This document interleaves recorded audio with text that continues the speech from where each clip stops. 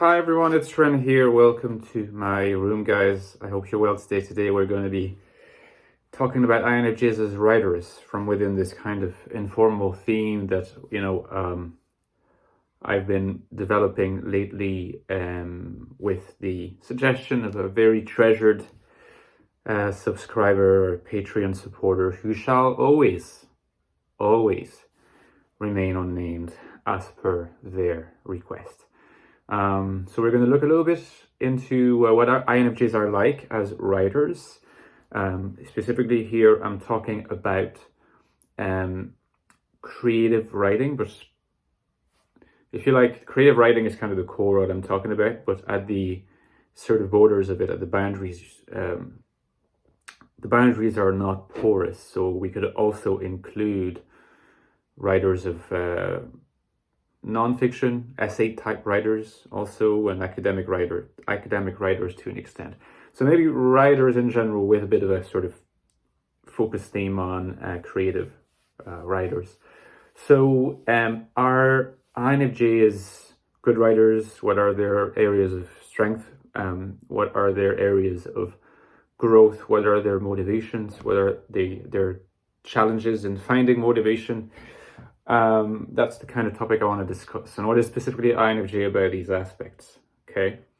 I think that's an interesting topic. First of all, because there are actually a lot of INFJs who enjoy writing, might not be writing with the purpose of having something published, but at either writing for themselves or writing for the purpose of themselves and sharing with a small but existing audience. It could be friends, could be acquaintances, could be just one person, whatever it might be.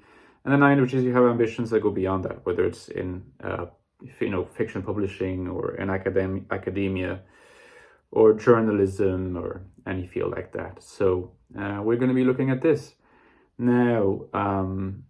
As you know, before I move on to my topic, something that is actually very pertinent to today's topic, which is my two books, because I happen to be an INFJ in the MBTI system, not necessarily an INFJ or an NI lead in all systems, but in the MBTI system. And I actually have written two books recently. So that's the slightly older one, the Ecstatic Soul, a book on INFJs. So if you're interested in my Jungian analytic / existentialist interpretation of the INFJ mind, get this one, links below, and my new novel, The Infinite Castle, which is getting really good reviews. And if you like your thoughts to be challenged and stories to be a little bit out of the ordinary, maybe in some ways this book will illustrate what I'm talking about today. So The Infinite Castle, both available at the links below on Amazon, less than $10. It's a bargain. It's a bargain. Okay, so INFJs as writers. There are lots of different ways to tackle this question. So I'll start with, first of all, the motivation aspect of things. What are the motivating factors for INFJs to want to be writers?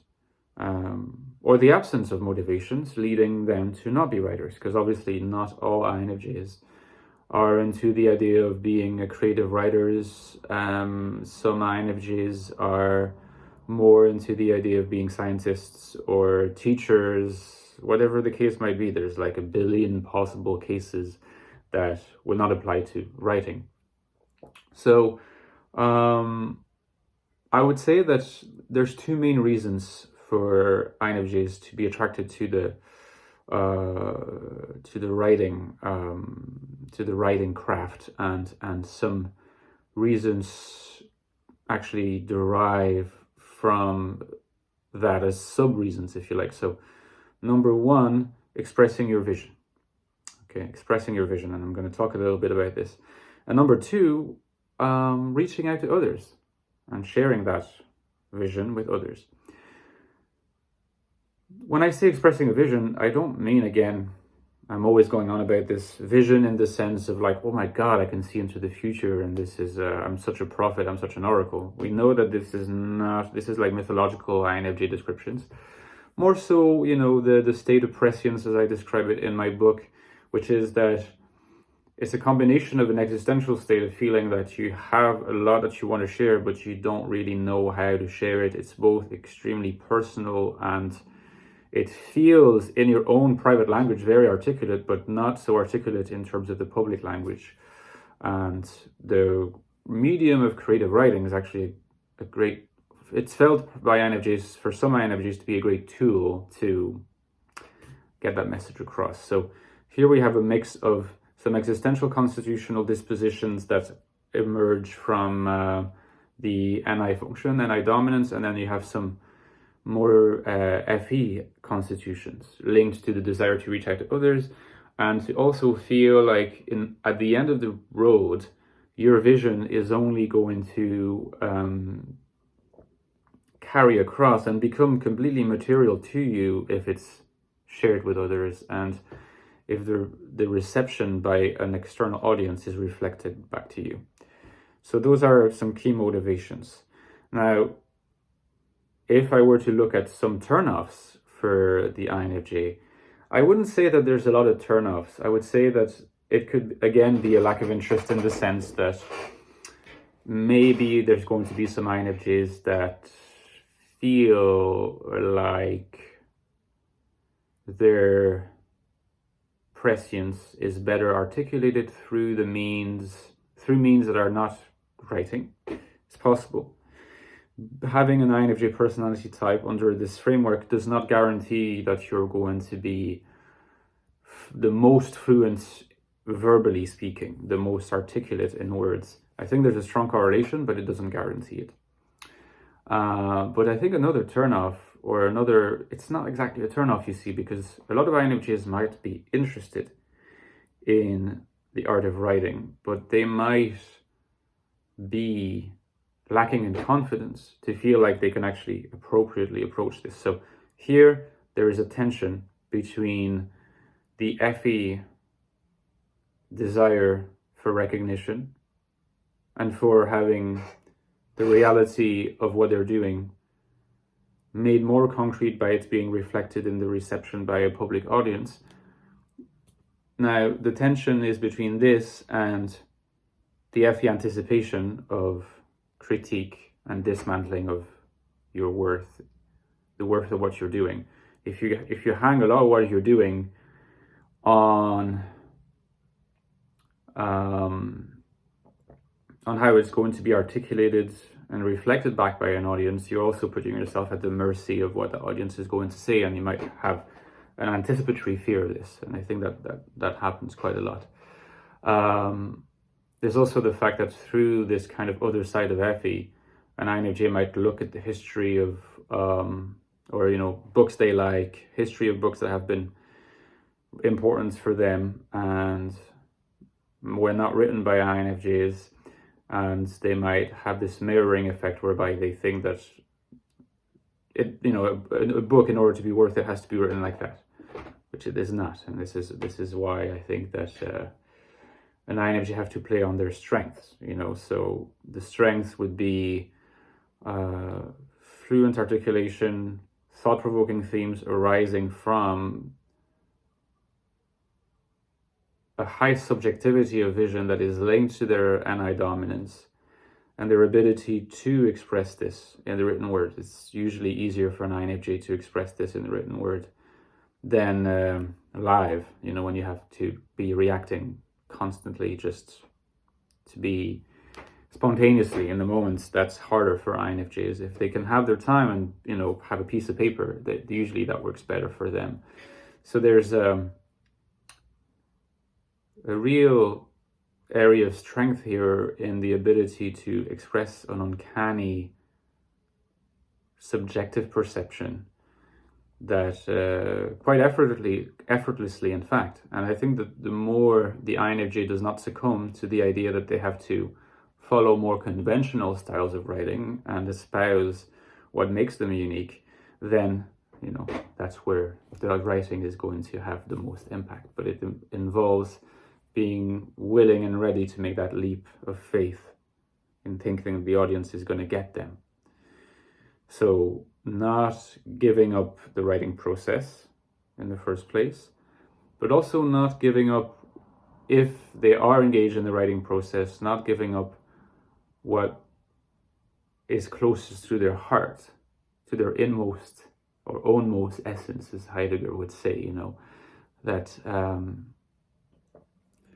there's no need for an INFJ to feel like they have to write like an INTP or an INTJ or whatever, like, you know, or someone who has a good example of this is like high SI users who are able to provide stories with very high amount of detail, historical, descriptive. And whereas if you look at a book like like a book by Dostoevsky, for example, and I've said this before in videos, you know, INFJ Dostoevsky, often all he cares about is like, okay, what's my vision of the story? What are the big moral themes? What are the big tensions? What are like those kind of really interesting characters? Look at like the environment, physical environment. It's like, okay, yeah, there's a table there and there's like a burning candle there and it's a dark room. It's not a lot of detail because it's almost like Dostoevsky knows that that's not his area of strength and like he doesn't need to force it. So he's going to put, you know, focus his efforts on what distinguishes him. So that's, I think, a very good approach to being an INFJ writer. But also what makes Dostoevsky exceptional is that he was able to write very embodied characters. And that's, I think, an area of growth for an INFJ. Not all INFJs are going to be able to do that because a lot of INFJs are going to be tempted to use, if you like, and there's a lot of NI users, I think, in general, high NI users are going to be tempted to use their characters as vehicles for their trying to convey, either in terms of their vision or the concepts that are required to articulate their vision. They have this big idea and then the characters become mouthpieces for this, pawns in the story that is ultimately being brought together to articulate something higher than the characters. That's fine on the condition that the characters are very much organically instrumental to how this unfolds. Often, if a character is disembodied as a result of this process, emptied of their individual substance as a character, as an interesting character in and of themselves, regardless of what the story leads to, if you lose this, you lose the reader. And you lose what makes for good fiction. It's very important to have compelling characters. In fact, from the reader's perspective, it's actually, you know, to enjoy a good story, it's having really compelling characters is actually more important than having a compelling, thought-provoking vision. So it's very important for INFJs to remember that and to not neglect their characters. They can manage to bring like a strong sense of cohesion and synergy between compelling characters being involved in a story that has a sense of direction and is leading somewhere that is aligning with the INFJ's vision. Then you get the recipe for something that is potentially very good. Anyway, so I think I'll stop here with my thoughts on INFJs as writers, and I would love to know what you think, guys, so let me know in the comments. And don't forget that you can support me on Patreon. Always looking for more supporters so that I can make the channel sustainable in the future, you know, which is never a given. So I want to insist on, you can support me from €3 onwards. So please consider it. Okay, see you soon, guys. Take care.